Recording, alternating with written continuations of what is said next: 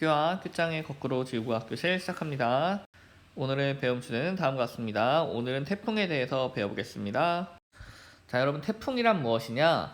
이건 클 태자의 바람 풍자입니다. 한마디로 큰 바람, 강한 바람이다 라는 뜻이죠. 근데 이거는 우리가 일반적인 상식선에서 얘기하는 거고요. 과학적 정의를 봤을 땐 무엇이냐? 태풍이라 하는 것은 저기압입니다. 근데 어떤 저기압이냐? 바로 열대지방에서 생기는 저기압 중에서 중심부의 최대 풍속이 17m/s입니다. 이거 오타예요. m/s 이상의 속도를 가졌을 때 이때를 태풍이라 하는데, 얘는 전선을 동반하지 않는다. 온대저기압 같은 경우는 전선이 함께 있었죠. 근데 태풍은 그렇지 않다라는 얘기겠죠.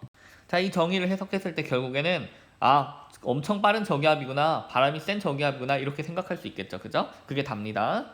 자, 그런데 태풍의 발생 장소를 한번 봐볼게요. 그림에 보면은 뭔가 딱 봐도 왠지 모르게 적도 부근에 모여 있는 것을 알 수가 있어요. 그죠? 적도 부근은 굉장히 뜨겁다라고 여러분이 알고 있을 겁니다. 그쵸? 네, 그래서 정리해보면 태풍의 발생 장소 같은 경우에는 정의에서도 보다시피 열대지방이어야 돼요. 열대지방. 근데 열대지방에서도 어디냐? 바로 열대 해상에서 발달을 하고 있습니다. 그래서 이때 이 해상, 바다 위라는 뜻이죠. 이때 바다의 조건은 어떤 조건이냐면 바로 표층의 수온이 27도씨 이상으로 굉장히 뜨거운 바다에서 생기게 됩니다.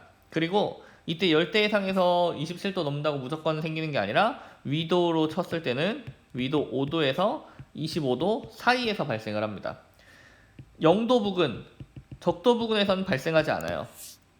자, 왜냐하면 이것은 저기압의 회전을 만드는, 우리 뒤에서 배우겠지만 앞에서도 잠깐 언급했던 전향력이라는 지구 자전에 의한 힘이 있는데, 그 힘이 위도 0도에서는 발생하지 않습니다. 그 힘이 없으면은 저기압성 회전이 만들어지지 않아요. 그래서 태풍이 발생하지 않습니다. 자세한 건 뒤에서 전향력을 다루도록 하겠습니다.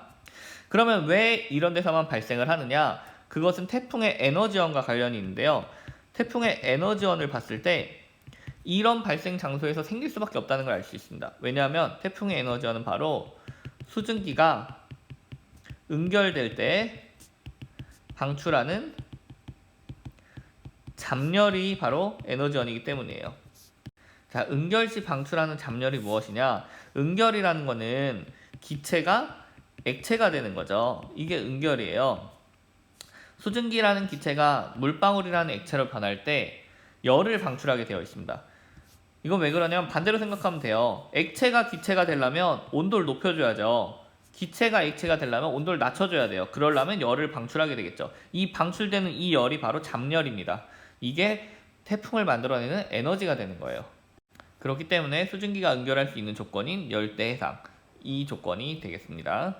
자, 다음으로 태풍의 구조를 보겠습니다. 태풍의 구조는 이런 식으로 생겼는데, 지금 보면 이게 엄청나게 강한 저기압이라 그랬어요. 저기압이니까 당연히 상승기류가 발생을 하겠죠. 저기압성 회전, 반시계 방향으로 바람이 불어 들어와서 얘네들이 엄청나게 강력한 상승기류를 만들어내게 되는 거예요. 이때 상승기류가 생길 때 거기서 구름이 발생을 하겠죠. 근데 그 상승기류가 매우 강력하기 때문에 엄청나게 두꺼운 정란운이 형성이 됩니다. 자, 근데 이 과정에서 태풍이 전체적으로 이런 정란운을 형성하는 게 아니라 이런 식이에요. 태풍이 저기압성 회전에 의해서 빨려 들어가서 이 회전을 쫙 하는데, 너무 빨라서 이 회전이 너무 빠르다 보니까 막상 이 한가운데 중심부는 구름이 생기지 않아요. 너무 회전이 빠르다 보니까 주변만 뱅글뱅글 돌거든요. 그래서 이 가운데는 텅 비어있는 곳이 생깁니다. 여기에요. 바로 여기 초록색으로 표시해 볼게요. 이 부분, 이 태풍의 구조에서 이 한가운데는 그냥 구름이 없는 텅 빈 곳이 생기는데, 한마디로 맑은 곳이죠. 이곳을 바로 우리가 태풍의 눈이라고 말을 하고 있습니다. 이곳에서는 유일하게 상승기류가 아닌 하강기류가 발생을 해요. 주변에서 상승한 공기들이 이제 퍼질 데가 없잖아요. 그래서 양옆으로 퍼지게 되고 모인 애들이 아래로 가라앉게 되는 거죠. 그래서 가운데 부분에서는 하강기류가 발생을 합니다. 하지만 여기서 주의해야 될 것은, 하강기류면 보통 고기압이죠. 그죠? 근데 얘는 저기압입니다. 너무 센 저기압이라서 오히려 그 중심부에 하강기류가 생긴 거예요. 그래서 얘를 태풍의 눈은 고기압이다 이렇게 말해서는 절대 안 됩니다. 태풍의 눈은 엄청나게 강력한 저기압인 겁니다. 자, 그래서 태풍의 특징을 한번 보면은 지금 보면 태풍의 특징 첫 번째로 이 그래프를 한번 봐볼게요. 오른쪽에 있는 그래프를 보면은 제가 방금 말했던 기압에 대한 얘기가 있습니다. 지금 파란색으로 지금 표시되어 있는 게 기압이죠. 기압이 보면은 여기 태풍의 중심부에서 가장 저기압인 걸 볼 수가 있어요. 그리고 양옆으로 멀어질수록 점점 고기압이 되는 걸 볼 수 있죠. 즉 태풍의 중심이 절대 고기압이 아니다라는 걸 보여주고 있는 거죠. 그 다음에 지금 보면 풍속을 볼게요. 빨강색 그래프를 보면 풍속을 보면은 태풍의 중심에서 풍속이 낮은 걸 볼 수가 있습니다. 그리고 그 바로 바깥쪽에 태풍의 중심에서 바로 바깥, 즉 여기 그림으로 치면은 여기가 중심이라 하면 바로 옆이죠. 바로 옆 이 부분에서 풍속이 가장 빠른 걸 볼 수 있고 거기서 멀어질수록 풍속이 점점 느려지는 걸 볼 수 있습니다. 즉 중심으로 들어올수록 풍속이 엄청나게 빨라진다는 뜻이에요.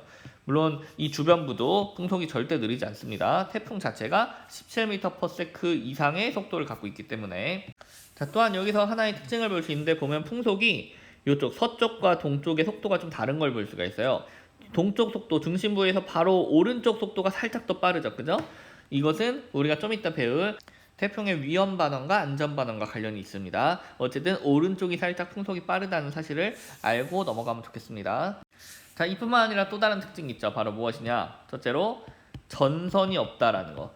온대 저기압과 다르게 열대 저기압은 전선을 동반하지 않습니다. 그리고 일기도 상에서 보면은 이런 식으로 표시가 되어 있어요. 이런 식으로 저기압을 보면 굉장히 이 등압선이 간격이 좁은 동심원의 형태를 이루고 있는 걸 볼 수가 있습니다.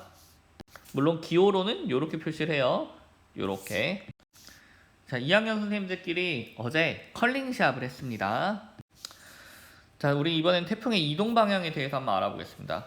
근데 이동 방향을 보기 전에 우리가 사전 지식을 좀 알아야 돼요. 여러분들이 과거에 지리 시간에 아마 배웠을 건데 지구에는 대기 대순환이라는 바람이 불고 있어요. 우리가 뒤에서도 어차피 한번 다루긴 할 겁니다만 대기 대순환에 의하면은 여기가 지금 적도 부근이고요. 여기가 위도 30도, 여기가 위도 60도, 그리고 여기가 이제 극지방이 되겠죠. 자, 이렇게 있을 때 우리 적도에서 30도 사이에서는 북동무역풍이 불고 있습니다. 북반구를 기준으로 하고 있는 거예요. 남반구는 반대로 이렇게 남동무역풍이 불고 있어요. 정반대입니다. 그리고 위도 30도에서 60도, 우리가 살고 있는 구역이죠. 여기엔 바로 편서풍이 이런 방향으로 불고 있어요. 그 다음에 극지방에 가면 다시 이렇게 북동풍이 이렇게 불고 있습니다. 그런데 여기서 태풍은 이쯤에서 지금 발생을 하는 거예요. 그럼 이 태풍이 이 북동무역풍을 따라서 왼쪽 방향, 즉 서쪽 방향으로 이동을 하게 돼요. 그러면서 점점 북상을 합니다. 이렇게 이동을 했다가 그 다음 편서풍을 타고 이렇게 이동을 해요. 이게 태풍의 이동 경로입니다. 자, 그래서 보면은 지금 무역풍 때에서는 북동무역풍을 타고 이렇게 오고 있고요. 이렇게 오다가 이제 편서풍 때에 대해서 터닝 포인트를 갖고 이렇게 지금 서풍을 따라 이동을 하는 것을 볼 수가 있습니다.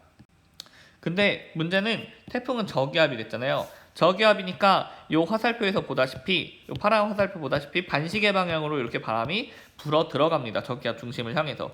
근데 이때 보면은 태풍의 이동 경로를 중심으로 해서 태풍을 반으로 쪼개보면 요쪽과 요쪽으로 쪼갤 수 있겠죠. 태풍을 반으로 쪼개보면 이 위쪽에서는 요 저기압 중심으로 바람이 불어 들어가는 것과 북동무역풍의 방향이 서로 일치해요. 같은 서쪽을 향하고 있죠. 동풍 계열이 부니까.